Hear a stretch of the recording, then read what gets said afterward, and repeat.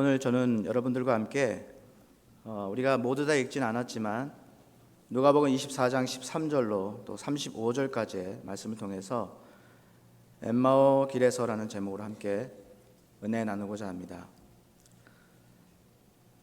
여러분께 간단한 질문을 드리겠습니다. 오늘은 무슨 날입니까? 주일이죠. 그럼 주일은 정확히 무엇을 하는 날입니까?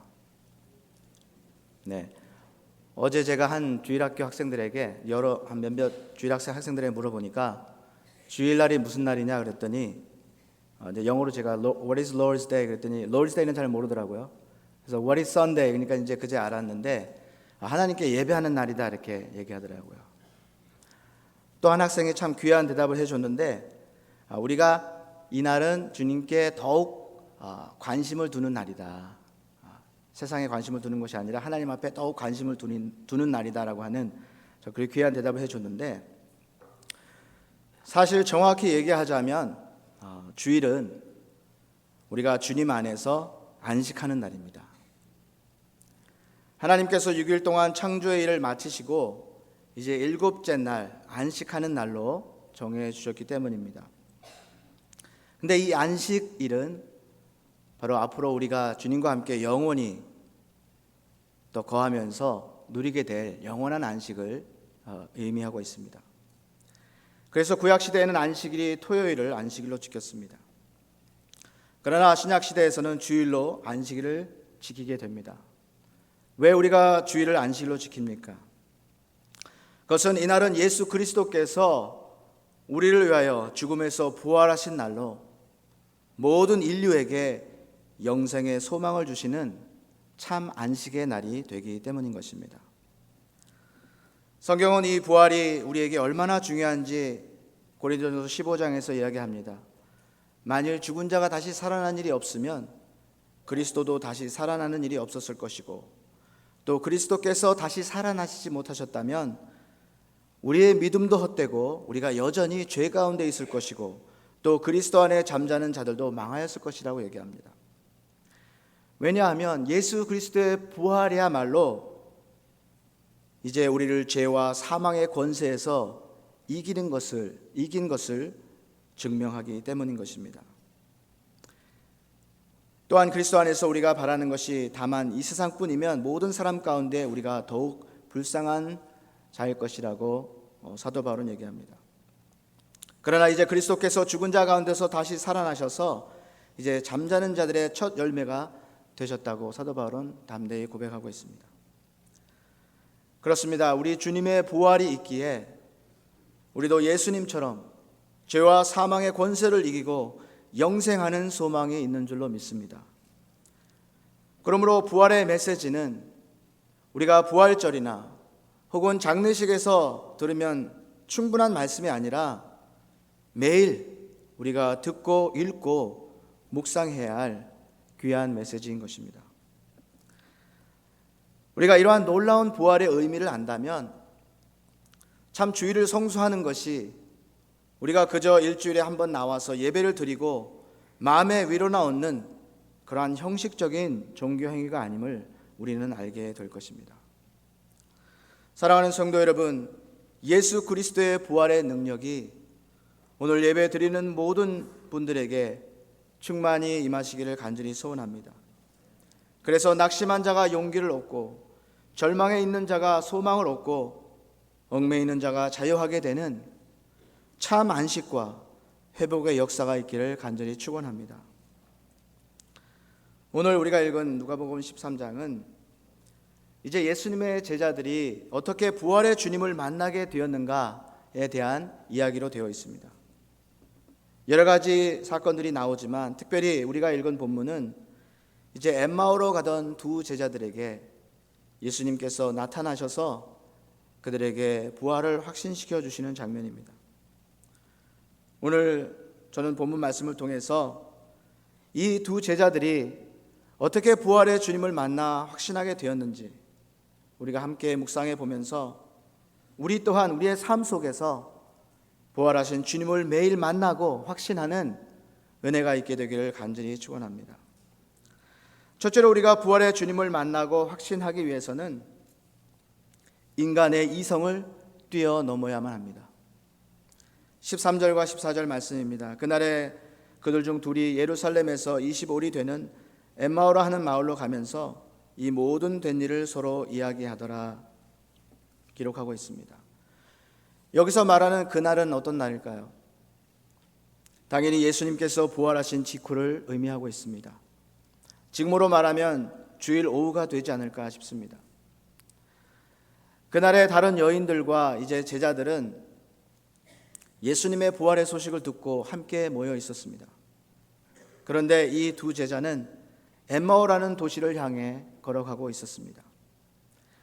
엠마오는 예루살렘에서 25리라고 기록되어 있는데 약 6마일에서 7마일 정도 떨어진, 예루살렘에서 떨어진 아담한 도시였다고 합니다.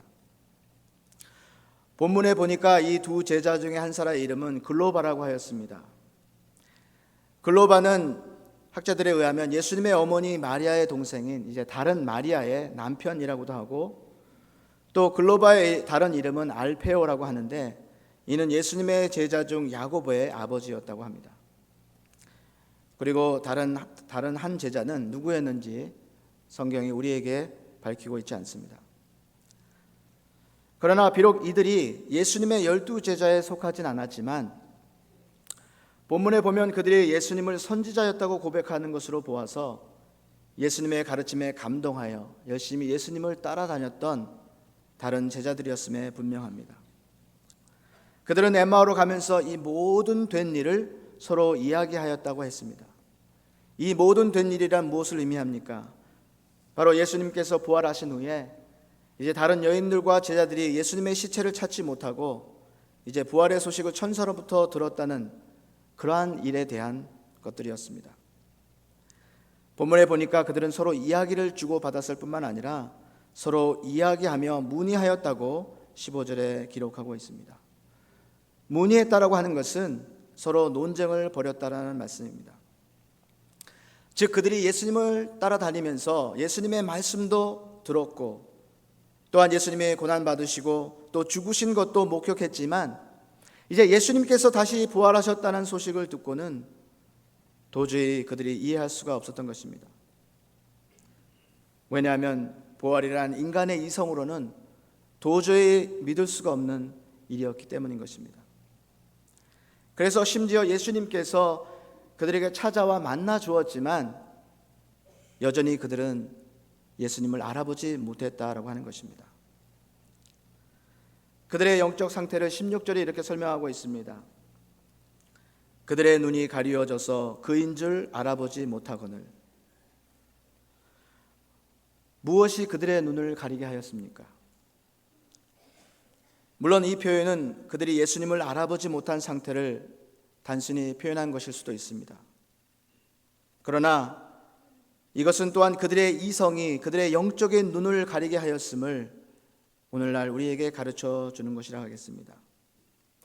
그들의 이성으로는 죽은 자가 다시 살아난다는 것은 불가능하기에 그들은 부활의 주님을 알아볼 수가 없었던 것이었습니다. 점점 인간의 이성이 영성을 지배하는 시대가 바로 오늘날 우리가 사는 시대인 것 같습니다. 저는 이 시대를 사자시대와 같다고 생각합니다. 인간의 이성이 성경의 절대적인 진리를 부인한 채 모두가 자신이 옳다고 생각하는 대로 행동하는 시대, 우리는 이 시대를 포스트 모던 시대라고 부릅니다. 그러나 사실 이러한 시대는 갑자기 우리에게 찾아온 것이 아닙니다. 이러한 시대를 주도적으로 이끈 시대적 배경이 바로 계몽주의 혹은 계몽의 시대가 아닌가 생각합니다. 조사해 보니까 계몽주의란 프랑스어로 빛의 세기를 뜻한다고 합니다. 여기서 빛은 이성을 의미합니다. 그래서 이것은 18세기의 유럽과 또 신세계를 휩쓴 정치, 사회, 철학, 과학 여러 면에서 이제 지적, 사상 운동이었다고 말합니다. 그래서 이해하기 어려운 이상학보다는 상식, 경험, 과학을 더 중시하였고 또 권위주의보다는 개인의 자유를, 또 특권보다는 평등한 권리와 교육을 지향하였다고 합니다. 그래서 계몽주의 사상가들은 인간은 이성으로 적법성을 판단할 수 있으며 이성은 권위의 요소이자 권위를 판단하는 기준이라고 주장했다고 합니다. 즉 한마디로 계몽주의는 인간의 이성이야말로 모든 것을 판단하고 또 이해하는 기준이 된다라고 주장한다는 것입니다. 그러나 우리가 알듯이 이러한 계몽주의도 인간의 허무주의나 또 비관주의 또 불가지론을 막을 수는 없었습니다. 왜냐하면 인간의 이성이 아무리 뛰어나도 아직까지 인간이 모르는 것들이 너무도 많기 때문인 것입니다. 아무튼 이러한 근간에 이제 성서 비평이 나오게 됩니다. 성서를 인간 이성의 합리적인 법칙이라는 범위 안에서 이해하고자 했던 것입니다. 그러면서 사람들은 성경에 나오는 수많은 기적들을 부인하고 이제 하나님의 말씀인 성경을 불신하게 되었던 것입니다. 그러나 사실 우리가 인간의 이성으로 깨달을 수 없는 것들이 우리 주위에 얼마나 많은지 알 수 없습니다. 실례로 우리가 지금 이 성전 안에 앉아 있는 것조차 우리가 이성으로서는 이해할 수 없는 일입니다. 지구는 자전과 공전을 반복하면서 이제 돌고 있는데 우리는 중력이라는 힘으로 인해서 이곳에 안전히 앉아 있는 것입니다. 그런데 과학자들에게 중력이 생기는 원인이 무엇인가 물어보면 과학자들조차 그 원인을 알 수가 없다고 하는 것입니다. 그래서 과학자들은 이것이 최고의 과학의 미스터리라고 그렇게 이야기를 한다는 것입니다. 소리도 마찬가지입니다. 지구는 자전을 하면서 대기층과 마찰을 하게 되고 그에 따른 엄청난 소리를 내며 돌고 있다고 합니다. 만약 사람이 그것을 들을 수 있다면 아마도 살아남을 자가 없다고 과학자들은 이야기합니다. 그러나 그 소리는 사람이 들을 수 없는 주파수라서 다행히 사람이 듣지 못하고 편안히 살아가고 있다는 것입니다. 이러한 것들은 우리가 이성으로 이해할 수 없는 기적이라고 우리가 말할 수밖에 없습니다. 왜냐하면 누가 어떻게 만들었는지 또 어떻게 작용하고 끝나는지를 우리의 이성으로는 알 수가 없기 때문인 것입니다. 그런데 사람들은 이것들을 저절로 생겨났다고 믿고 있습니다. 참 이것이야말로 맹신이 아닌가 저는 생각합니다. 그러나 그럼에도 불구하고 과학자들 중에서는 믿음이 있는 사람들이 있어서 오히려 자신의 이성을 믿기보다는 하나님의 창조하심에 감탄하고 또 영광을 돌리고 있다고 하는 사실입니다. 사랑하는 성도 여러분, 부활 사건은 결코 우리의 이성으로 깨달을 수 있는 것은 아닙니다. 그러나 온 우주를 만드신 하나님께서는 능히 그것을 행하실 수 있는 분인 줄 믿습니다. 감사하게도 예수님이 부활하셨다는 증거를 이제 제자들을 통해서 또 말씀을 통해서 우리에게 분명히 하나님은 보여주셨습니다. 그럼에도 불구하고 사람들은 여전히 믿고 있지 않다라고 하는 것입니다.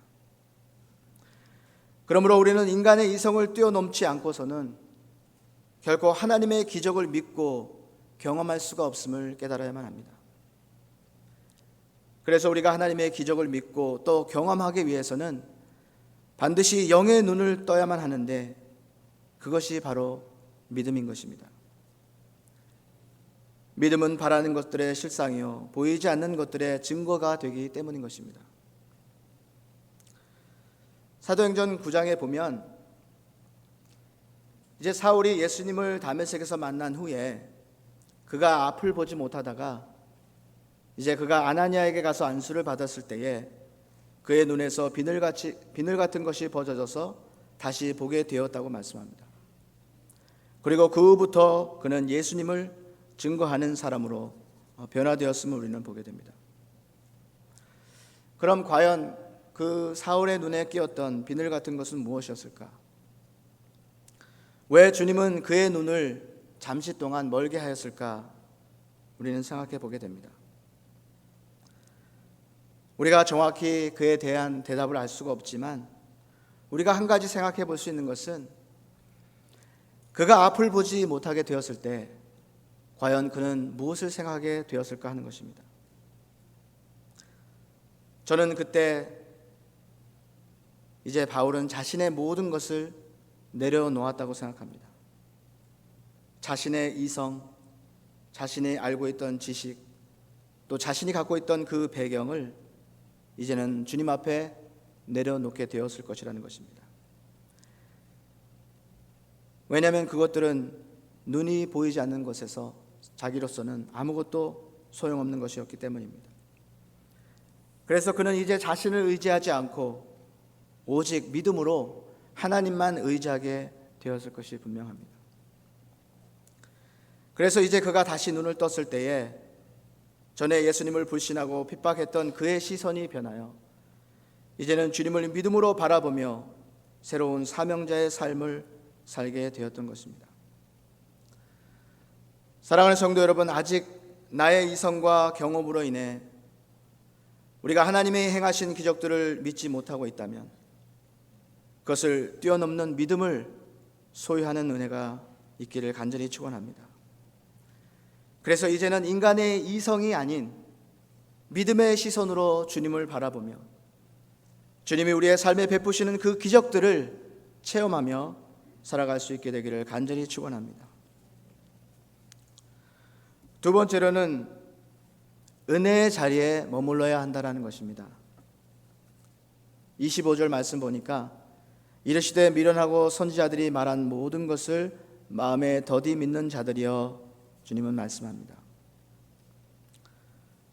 주님은 엠마오로 가는 두 제자들을 보시고 저들에게 믿음이 없음을 한탄해 하십니다.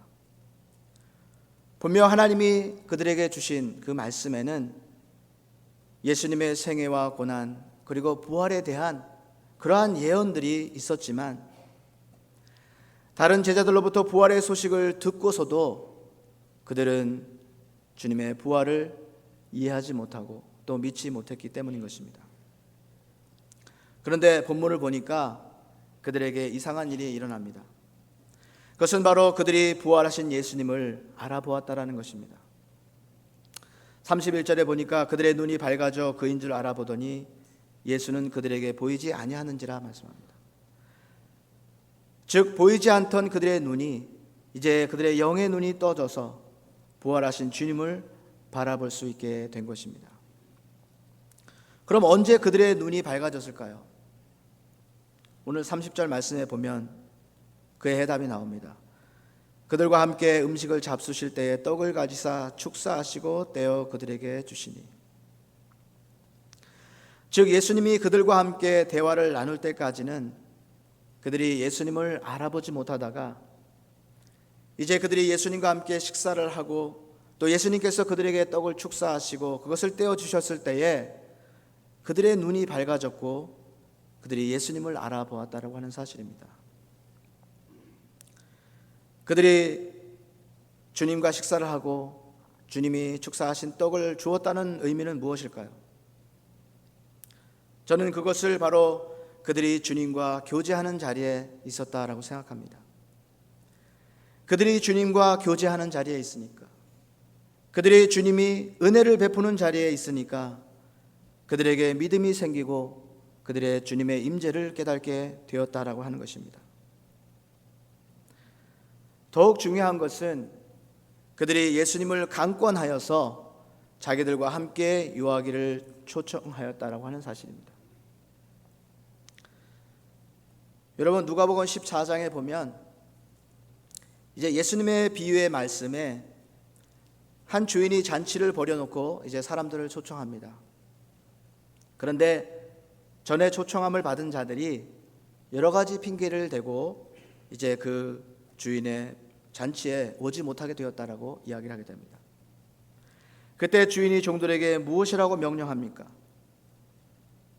누가복음 14장 23절에 주인이 종에게 이르되 길과 산울타리로 가서 나아가서 사람을 강권하여 데려다가 내 집을 채우라고 이렇게 명령합니다. 왜 주인이 종에게 강권하여 데려오라고 이야기하였을까요? 그것은 길가에 있는 사람들이, 즉 초청을 받지 않은 사람들이 주인의 초청을 이해하지 못하기 때문인 것입니다. 그래서 종들이 그들을 강권하여 데려올 수밖에 없었다라는 사실입니다. 그러나 중요한 사실은 일단 그들이 강권하여 오게 되면 그들이 누구든지 주인의 은혜를 입게 된다라고 하는 사실입니다. 사랑하는 성도 여러분, 세상에 믿지 않은 자들, 또 시험에 빠진 자들, 또 소망 없는 자들이 우리 곁에 있다면 그들을 강권하여 은혜의 자리에 데려올 수 있기를 바랍니다. 그때 주님은 반드시 그들에게 은혜를 베풀어 주실 것입니다. 믿음을 더하여 주실 것입니다. 그러므로 우리도 은혜의 자리를 열심으로 사모하고 그곳에 머물러 있어야 함을 깨닫게 됩니다. 우리가 주님의 은혜를 베푸시는 그러한 자리에 참석하기 위해서는 우리가 할 수 있는 일은 바로 주님께 예배하는 일입니다. 예배하면서 찬양과 기도와 말씀을 통해 우리의 믿음의 눈이 떠지게 되는 것입니다. 그래서 아마도 주님은 말세를 맞이하면서 모에게 힘쓰라고 우리에게 명령하셨는지도 모릅니다. 그러므로 예배하는 일을 게을리 하지 마시기를 간절히 바랍니다. 한번 여러분의 삶을 돌아보십시오. 과연 나는 은혜의 자리를 사모하고 늘 예배하며 찬양하며 기도하는 자리에 있으려고 하는가? 아니면 세상 즐거움에 빠져서 정신없이 세상 속에서 시간을 보내고 있지 않는지 말입니다. 혹시 나의 믿음이 약해지고 또 하늘에 대한 소망이 없어지고 있는 것을 발견하거든 자신의 삶을 곰곰이 생각해 보십시오. 분명 자신이 은혜의 자리에 있지 않고 은혜를 잃어버리는 자리에 늘 있다는 것을 발견하게 될 것입니다. 그러므로 사랑하는 성도 여러분, 늘 은혜의 자리를 사모하는 저와 여러분이 될 수 있기를 간절히 축원합니다. 뿐만 아니라 우리가 봉사와 선교 같은 주의 일에도 참여할 때 주님은 우리에게 은혜를 베풀어 주시고 또 믿음을 더하여 주심을 우리는 보게 됩니다.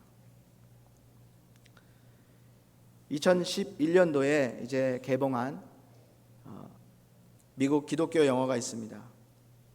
거기에 보면 이제 베다니 해밀턴이라고 하는 실제 프로서퍼에 대한 이야기가 나옵니다. 여기 프로서퍼라는 것은 이제 파도를 타는 사람을 말합니다.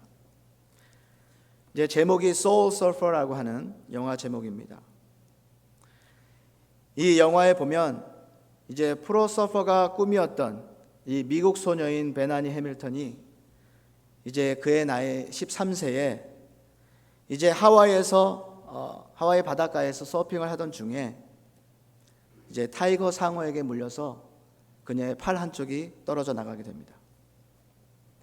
그녀는 신앙이 있었던 사람이었습니다.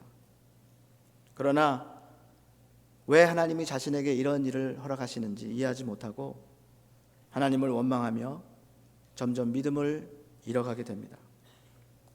그러던 중에 그녀는 그녀를 너무도 아끼는 한 선생님으로부터 위로를 받고 또 격려 속에서 태국에서 일어난 이제 쓰나미로 인해서 이제 어려움을 당하는 그곳에 가서 이제 봉사 활동을 하게 됩니다. 그녀는 거기서 많은 것을 깨닫게 됩니다. 하나님의 은혜를 다시 한번 체험하게 됩니다. 그리고 자신도 충분히 남을 위해서 무엇인가를 할 수 있다라는 용기와 믿음을 얻고 돌아오게 됩니다. 그리고 결국 서핑 대회에서 우승을 차지하게 된다는 실화의 이야기입니다. 사랑하는 성도 여러분, 누구든 은혜의 자리에 있을 때에 진리 되신 예수님을 만나게 되고 변하게 될 줄로 믿습니다. 그러므로 은혜의 자리를 더욱 사모하시기를 바랍니다. 믿음이 부족할 때, 우리가 시험을 당할 때, 소망을 잃을 때에 더욱 예배하는 곳을 찾으시고 더욱 주님께 봉사하는 일에 매진하시기를 바랍니다. 그것에서 주님이 우리를 긍휼히 여기시고 우리를 만나주시고 우리에게 믿음을 더하여 주실 줄로 믿습니다. 마지막으로는 우리가 주님의 부활에 확신을 얻기 위해서는 성령의 역사를 인정해야만 합니다. 32절 말씀에 보니까 그들이 서로 말하되 길에서 우리에게 말씀하시고 우리에게 성경을 풀어주실 때에 우리 속에서 마음이 뜨겁지 아니하더냐라고 그들은 서로 이야기하고 있습니다. 그럼 엠마오로 가던 제자들이 예수님의 말씀을 들었을 때에 그들의 마음이 감동하고 뜨거워진 까닭은 무엇이었을까요? 저는 그것이 바로 성령님의 역사였다고 믿습니다. 성령님은 부활의 확신이 없던 그들에게 하나님의 말씀을 통해서 부활의 확신을 주셨고, 이제 그들이 자신의 고향이 아닌 이제 예루살렘 제자들이 있는 곳에 가게 하셨고, 또 그들과 함께 부활의 주님을 증거하게 하셨던 것입니다. 그래서 우리가 사도행전을 보면 성령의 역사가 자세히 나와 있습니다. 우리는 사도행전을 성전행전이라고 부릅니다. 사람을 감동시켜서 말씀을 깨닫게 하시고 죄를 회개케 하시고 또 어려운 중에서도 힘과 능력을 주시며 믿음으로 모든 환난과 어려움을 하게 하시는 그 분이 바로 성령님이심을 우리는 깨닫게 됩니다. 그렇습니다. 예수님의 약속으로 오신 성령님은 우리와 함께 영원히 계실 보혜사이십니다. 즉 그분은 우리의 도움이시요 또 위로자 되신다는 말씀입니다.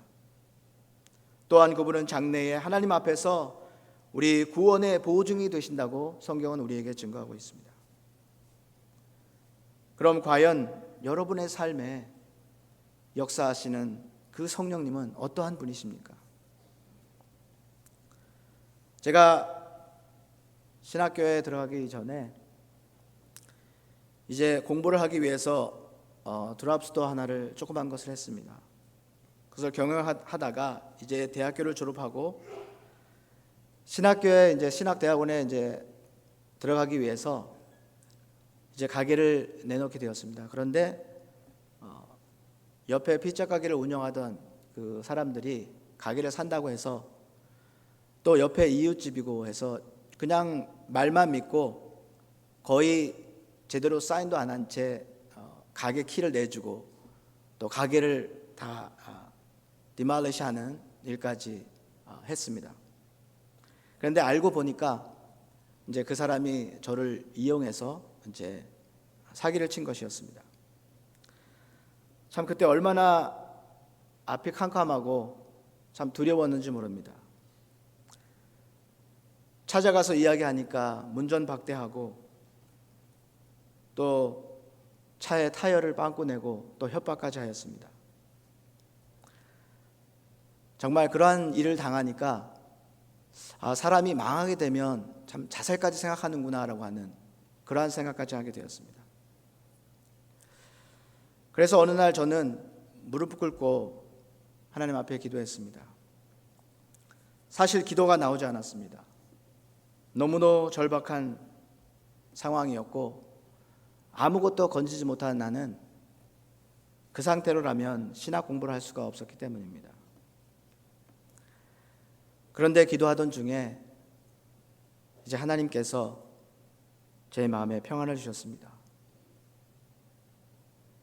모든 것이 잘 해결될 것이라는, 현실은 그렇지 않지만 하나님께서 나에게 그러한 희망을 주셨습니다. 그래서 일단 필라로 이삭을 갔고 이제 거기서 사역지가 없어서 잠시 제가 영생교회에서 파킹란에 서서 이제 안내로 이제 일하고 있으면서 아직 일이 되지 않은 상황에서 기도를 하고 있었습니다. 그런데 하나님께서 마음에 다시 한번 감동을 주시고 무엇을 해야 한다라고 하는 그러한 마음을 주셨습니다. 그래서 그러한 마음의 감동을 받고 이제 아내의 오빠에게 전화해서 좋은 변호사를 소개해달라고 부탁을 하게 됐고 결국 좋은 변호사를 통해서 1년간의 그 재판 과정을 통해 승소하게 됩니다. 지금 돌아볼 때에 참 성령님께서 그때 저를 위로해 주시지 않으셨다면 또 그 교회 파킹랏에서 나에게 감동을 주셔서 무엇인가를 하라고 하는 그러한 용기를 주시지 않으셨다면 아마 본인은 지금 여기에 서 있지 못할 것임을 또 생각해 보게 됩니다. 지금도 저는 여러 가지 어려움을 만나면 무릎을 꿇고 기도를 합니다. 그리고 성령님의 도우심을 간구합니다. 그런데 그때마다 성령님은 나를 위로해 주시고 또 연약한 믿음을 강건하게 하심을 체험합니다. 여러분, 여러분에게 믿음이 없으십니까? 혹시 절망과 시리에 빠져 있으십니까? 혹 천국에 대한, 부활에 대한 소망이 없으십니까? 그렇다면 성령님의 도우심을 구하시기를 바랍니다. 성령께서 말씀을 통해 우리를 깨닫게 하시고 또 우리의 삶 속에서 역사하심으로 살아계신 하나님을 증거해 주실 줄로 믿습니다. 우리의 믿음을 더하여 주실 줄로 믿습니다. 결론입니다. 사람들은 저마다 자신의 삶을 걸어가고 있습니다. 그리고 그 길을 걸어가는 저마다의 고백이 다를 것입니다. 세상 사람들은 자신들이 걸어가는 길을 어떻게 고백할까요? 아시는 분은 아시겠지만 이제 G.O.D라고 하는 그룹이 부른 길이라는 노래의 가사를 소개합니다. 내가 가는 이 길이 어디로 가는지, 어디로 날 데려가는지 그곳은 어딘지 알 수 없지만 오늘도 난 걸어가고 있네. 사람들은 길이 다 정해져 있는지 아니면 자기가 자신의 길을 만들어 가는지 알 수 없지만 이렇게 또 걸어가고 있네. 무엇이 내게 정말 기쁨을 주는지, 돈인지 명예인지 아니면 내가 사랑하는 사람들인지 알고 싶지만 아직도 답을 내릴 수 없네. 자신 있게 나의 길이라고 말하고 싶고 그렇게 믿고 돌아보지 않고 후회도 하지 않고 걷고 싶지만 아직도 나는 자신이 없네. 나는 왜 이 길에 서 있나? 이게 정말 나의 길인가? 이 길의 끝에서 내 꿈은 이루어질까? 참 이 가사를 들으면 세상 사람들이 지금 자신이 어디로 무엇을 향해 가고 있는지 알지도 못한 채 방황하며 자신의 길을 걸어가고 있는 모습을 잘 표현하고 있다고 생각합니다. 그러나 믿는 자는 자신이 걸어가고 있는 길을 어떻게 고백할까요? 주와 같이 길 가는 것 즐거운 일 아닌가? 우리 주님 걸어가신 발자취를 밟겠네. 어린아이 같은 우리 미련하고 약하나 주의 손에 이끌려 생명길로 가겠네. 꽃이 피는 들판이나 험한 골짜기라도 주가 인도하는 대로 주와 같이 가겠네. 옛 선지자 에녹같이 우리들도 천국에 들려 올라갈 때까지 주와 같이 가겠네. 한 걸음 한 걸음 주 예수와 함께 날마다 우리 걸어가리. 사랑하는 성도 여러분, 믿는 자들은 결코 세상 사람들과 같이 홀로 의심과 불확실 속에서 걷는 길이 아니라 주님과 같이 천성을 향하여 확신과 소망 속에 걷는 사람임을 믿습니다. 본문에 나오는 두 제자들이 엠마오로 가던 길은 어떠한 길이었습니까? 의심과 두려움의 길이었습니다. 절망과 고통의 길이었습니다. 그러나 그 길에서 그들은 부활의 주님을 만나고 새 힘과 새 소망을 얻게 되었습니다. 기쁨과 확신의 길로 변하게 되었습니다. 사랑하는 성도 여러분, 지금 어떠한 길을 여러분은 걷고 계십니까? 그 길이 어떠한 길이든 부활의 주님을 만나게 되기를 간절히 축원합니다. 그래서 확신과 소망을 가지고 주님과 천성을 향해 걸어가는 저와 여러분이 될 수 있기를 간절히 축원합니다. 기도하겠습니다. 사랑이 많으신 아버지 은혜를 감사합니다. 세상 사람들은 자기들이 어디로 가는지 무엇을 위해 가는지 알 수 없어 방황하고 고민하고 절망하지만 참으로 우리에게 영원한 안식을 주신 그 예수 그리스도로 말미암아 믿는 우리들은 확신과 기쁨을 가지고 저 천성을 향하여 나아가게 하시는 주님 감사합니다.